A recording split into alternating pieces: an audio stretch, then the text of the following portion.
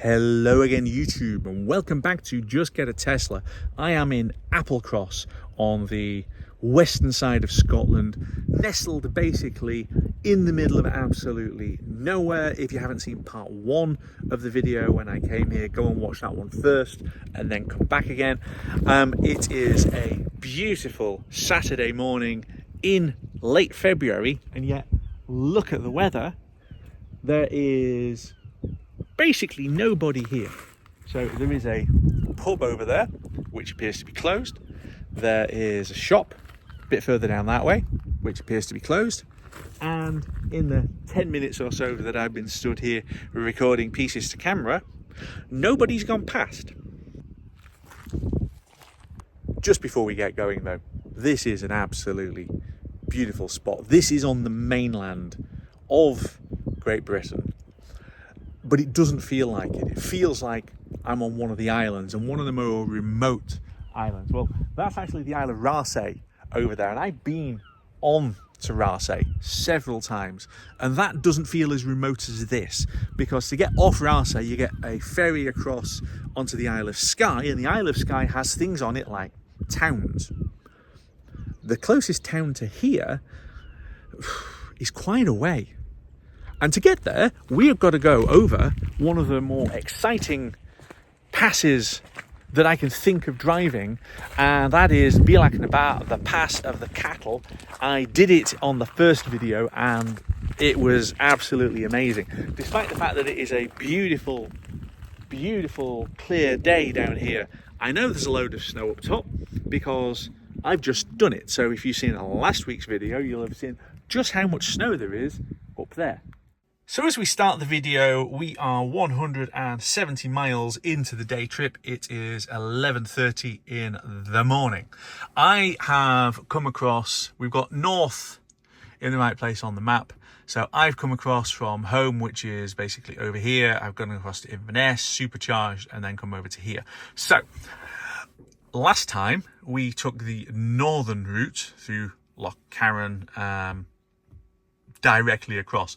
This time we're going to take the southern route, basically come back down here, not quite into Loch House, but not far off it, through my absolute favourite bit of the world. And I might actually buy a picnic and go and sit on the side of the, go and sit on the side of the loch because it's a glorious day, through the Five Sisters, across to Loch Ness, back onto the supercharger in Inverness, and then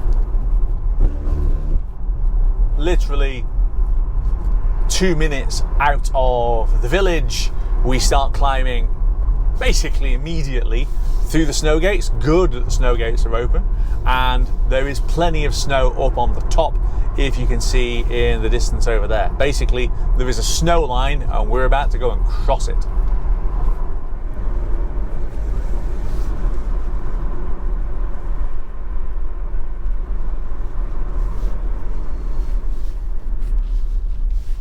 It's very broken up.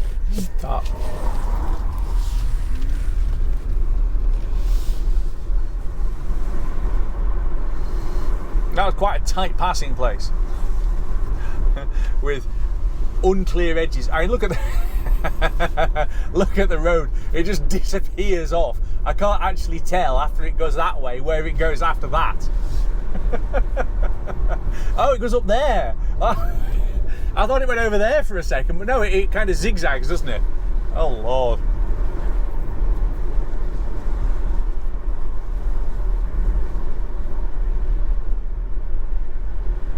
Again, we're just climbing like this.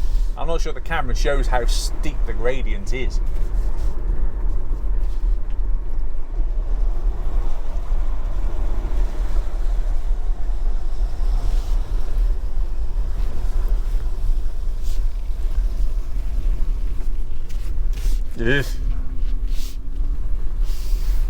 Trying to avoid the snow. I don't know if you saw that on the edges. Now obviously there's quite a lot of snow.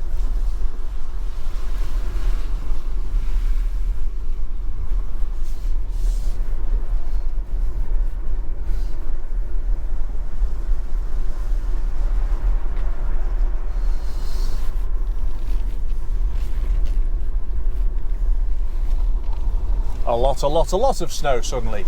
You go from no snow at all to all the snow. in the space of how long was that? 30 seconds?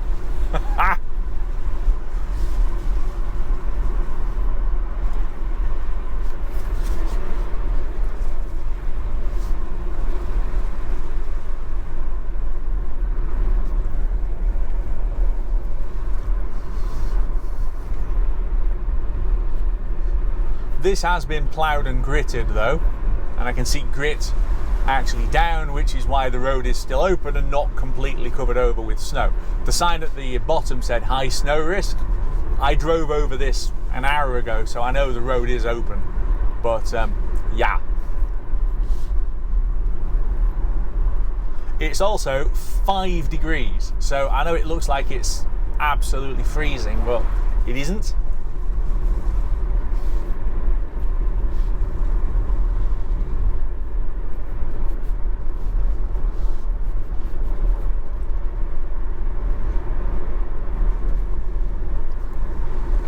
Blimey.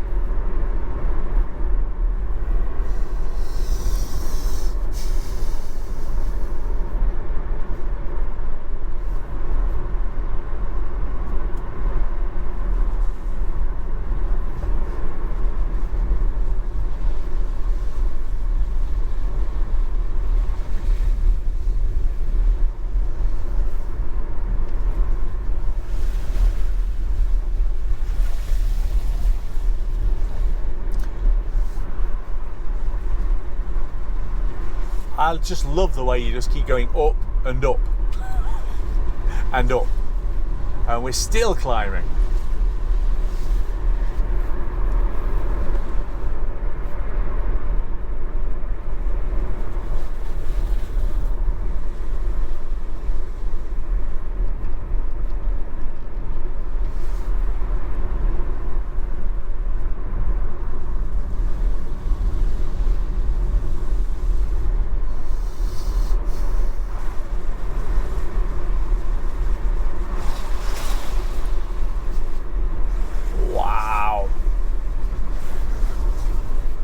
Can we move that? Ooh, just about.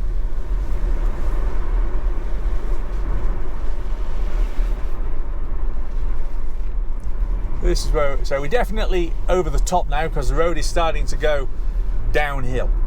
So we're on 52% battery. It'll be interesting to see what battery we've got when we get to the bottom, because we are going to stick a whole pile of power back into the traction pack.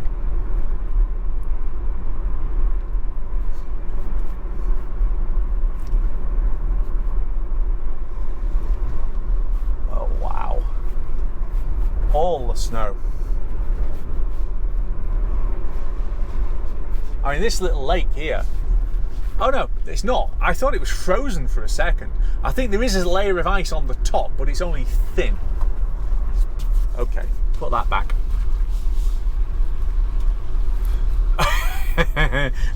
Right, this is the start of the silly bit. Lord, yes. In fact, maybe we'll stop here and take a picture. Yes, I think we'll do that.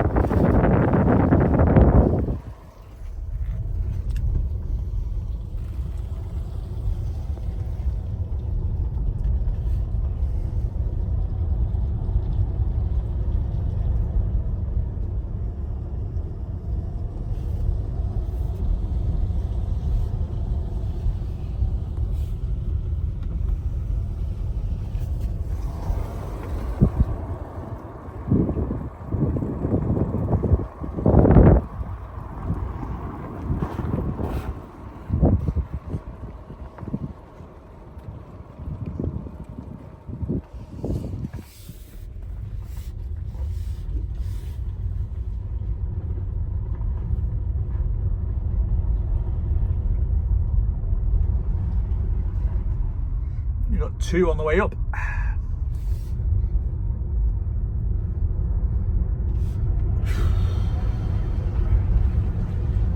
Where can we pass them is the question. They have to be here.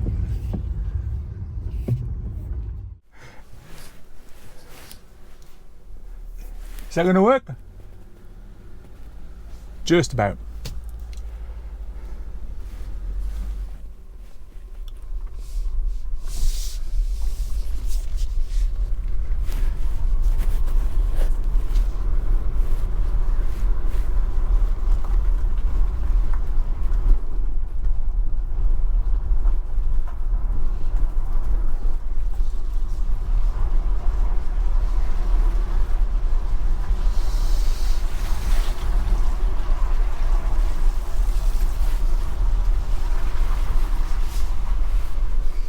Oh, this is the worst turn of the lot, and it's the one with the most slush.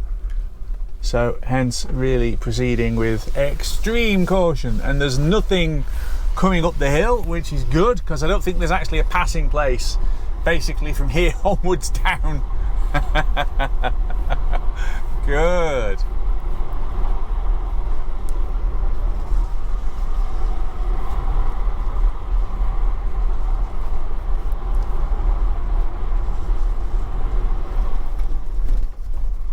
And then you get this whole section down here with the the crash barrier, because you don't really want to roll off that.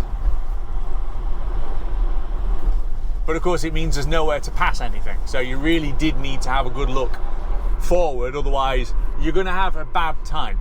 Finally a passing place. And just like that, we kind of drop out of the snow. There are last big clumps of snow along here, but in front you can already see it's nothing. Somebody on a bike. Let's wait for the bike.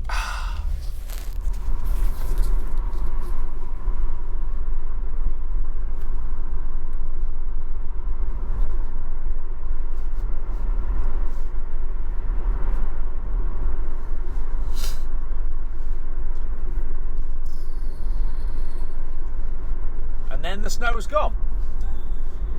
Just like that. Oh, another guy on a bike. Hang on. Let me. If I get down to here, yeah. Perfect.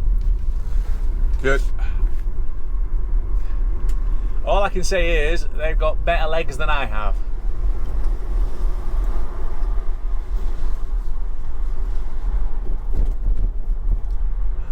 Would you look at this?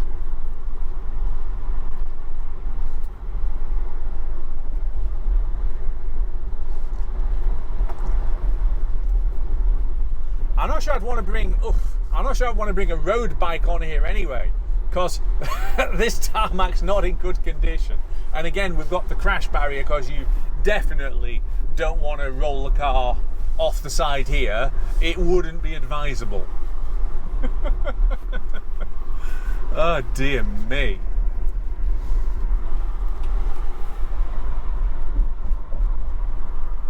How about this though?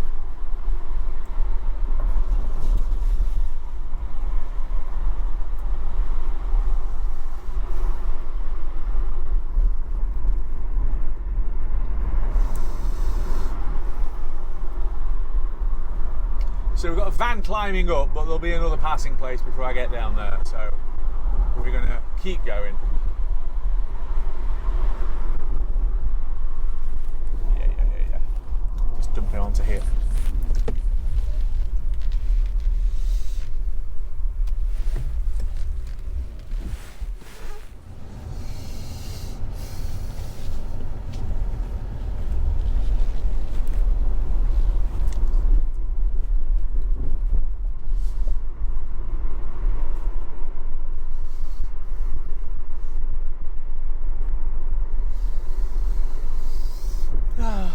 Dear me.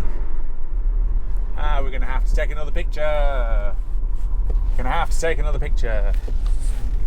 Stick the car in at a jaunty angle like that, maybe.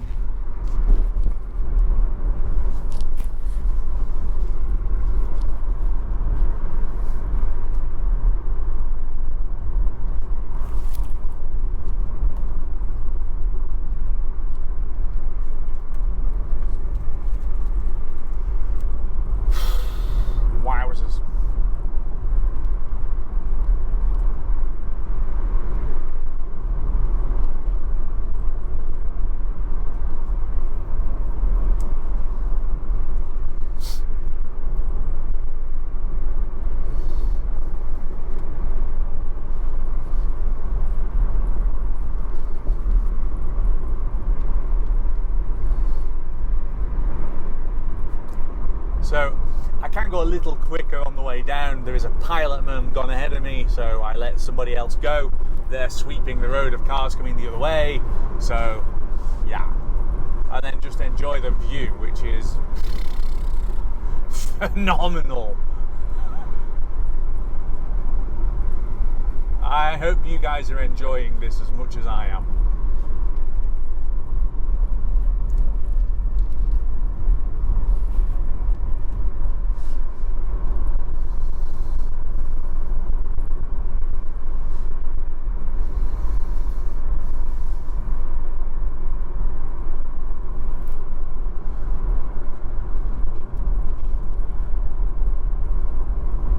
I think the exciting thing as well for me is I get down off this spectacular road and then wind my way back down towards Carla Block Alsh, and then I get to drive the A87, which I think is my favourite road ever, anywhere. I'm not driving all of it, but I'm driving a really pretty chunk of it. First, we've got to get all the way back down to the bottom. Again, there's my pilotman down there. I can see somebody else coming up the hill, so we'll have a think about a passing place as we get a bit closer in. There's a lot more of them now because it's not quite as hemmed in by the side of the mountain. Now, is he staying there or is he not? No, he's not. So we'll go on here to the next one, or maybe to the one after that. He's stopping there. Lovely. Thank you very much.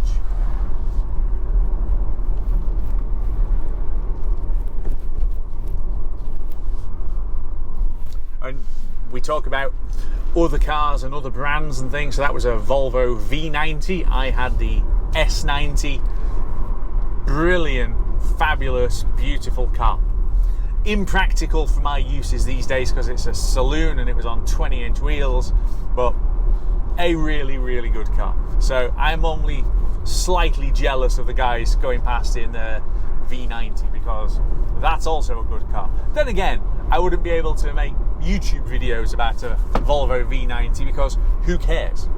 I'm only doing this and you're only watching because it's Tesla and you're thinking, ooh, he's going to the end of the world.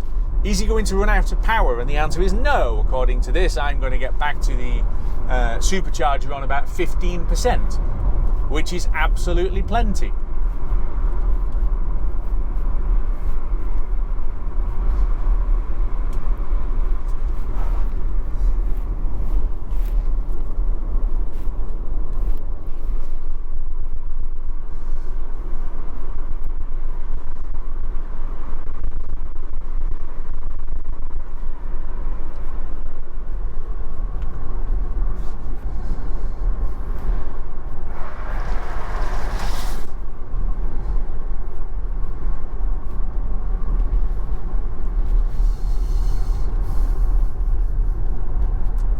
So I was at 52% at the top.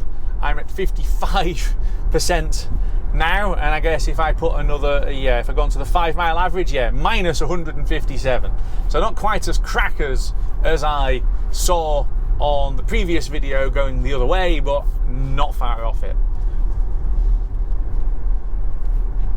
This is basically now just the final loop of the road before we rejoin the main road and drop back into Loch Carron.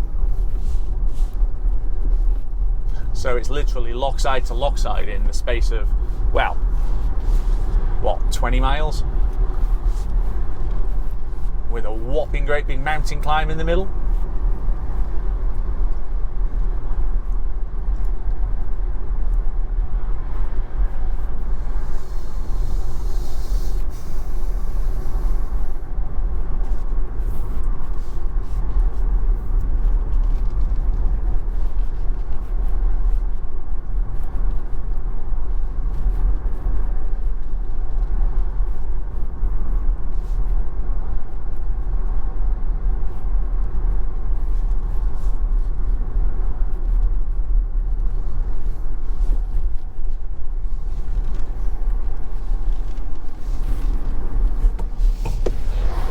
Well timed.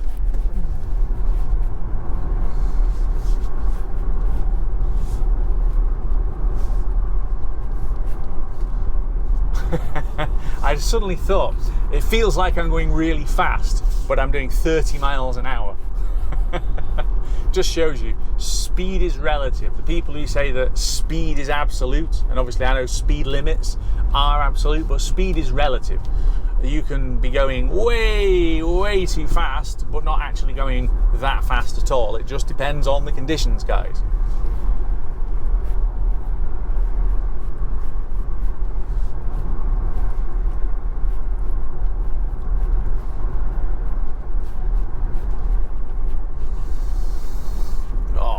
Look at that. Another. I just keep looking at these and going, oh wow. And I know it's kind of the same comment, but oh wow. And because it's late February, there's hardly anyone here.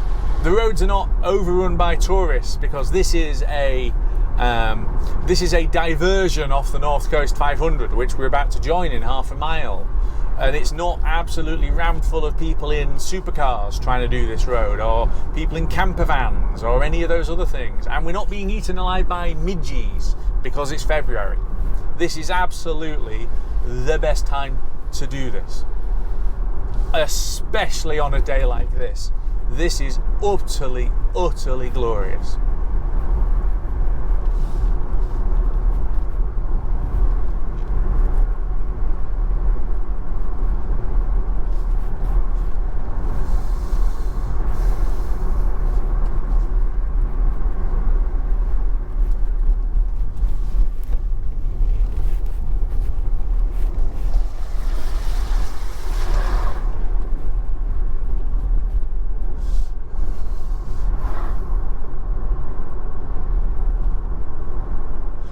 Lock Karen, and we've just stopped at the village shop to get some supplies, very important. Basically, we'll stop and have a bite to eat when we find somewhere nice to pull over. And I've got just the place in mind a little bit further up.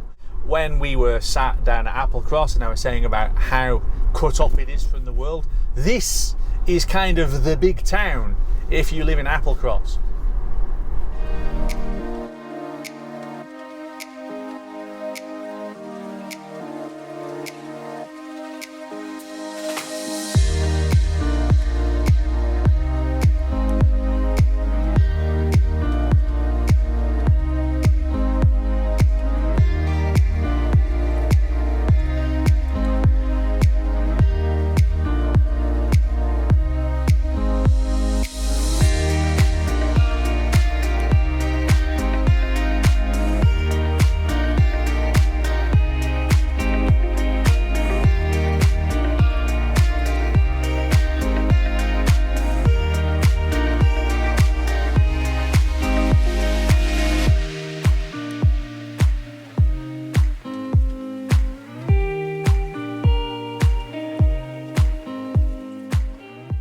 This is a nice spot for a bit of lunch here on the banks of Loch Duich, and wow, this is a beautiful day. I'm actually at the youth hostel, sat in their garden. I'm not sure whether the youth hostel is actually open at this time of year or not, but I do come and stay here every couple of years or so, and it's just, I mean, basically sitting here in the garden of an evening with a beer. It's fabulous. After that brief little interlude, and it's time to get going again. Glenshiel, Loch Ness, back to Inverness.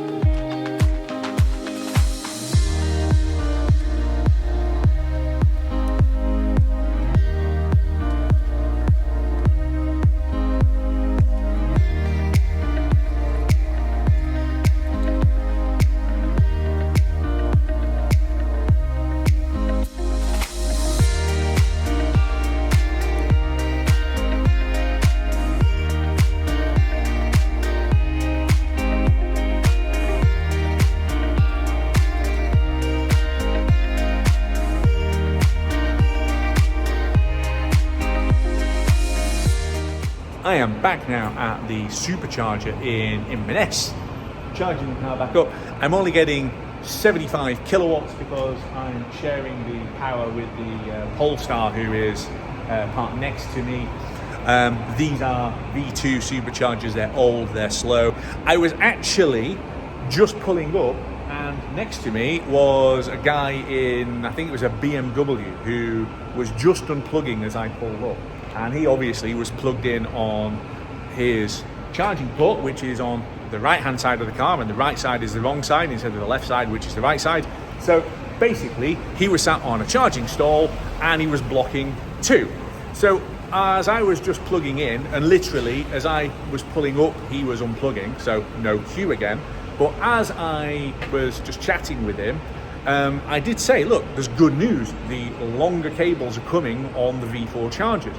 The problem, of course, is that won't make the slightest bit of difference because people are still going to back into them and they're going to take the wrong one. Tesla need to start thinking about how do they educate people with the chargers as to which one that you're supposed to use. And all I can think of is that there needs to be basically something potentially with the signage. So we're here and this tells me how to exit the car park without having to pay, great, and it tells me it's an electric vehicle charging point, fine. But on the actual stall itself, I think there needs to be something that says you need to be parked and charging like this, because otherwise, even with a longer cable, people are still going to be using the wrong side, and that's going to be a real pain in the bum. So it's great that new chargers are going in with longer cables and easier compatibility, but I still think we're going to have a problem. So just to wrap this up, really, you can see there, since I was unplugged here earlier on, we've done 193 miles and burning 54 kilowatt hours, so 281 watt hours per mile, which is 3.6 or so miles per kilowatt hour, which again, considering that it is the back end of February, I think is pretty good. So if you've watched both of these videos, thanks very much for doing so. What have we learned from this little day trip? Well, I think the first one is I live in a fantastic part of the world, and it's a bit of a privilege to be able to go off and do this. It really is, where I've got these amazing roads and amazing scenery and things to go and visit that are just, practically speaking, round the corner. The other thing is that driving a Tesla and going off to these places really isn't a problem at all. There's no concern with range, there's no concern with running out of power and getting stranded, because all I've done is use the supercharger in Inverness. But I do have a Charge Place Scotland card, and there's quite a lot of their 50 kilowatt chargers all over the place. In fact, half the villages that we went through have got a charger of some description. So there really isn't a risk of taking this kind of car, and there's so many benefits to it, apart from the fact that you waft silently through these landscapes, and that's actually a good thing.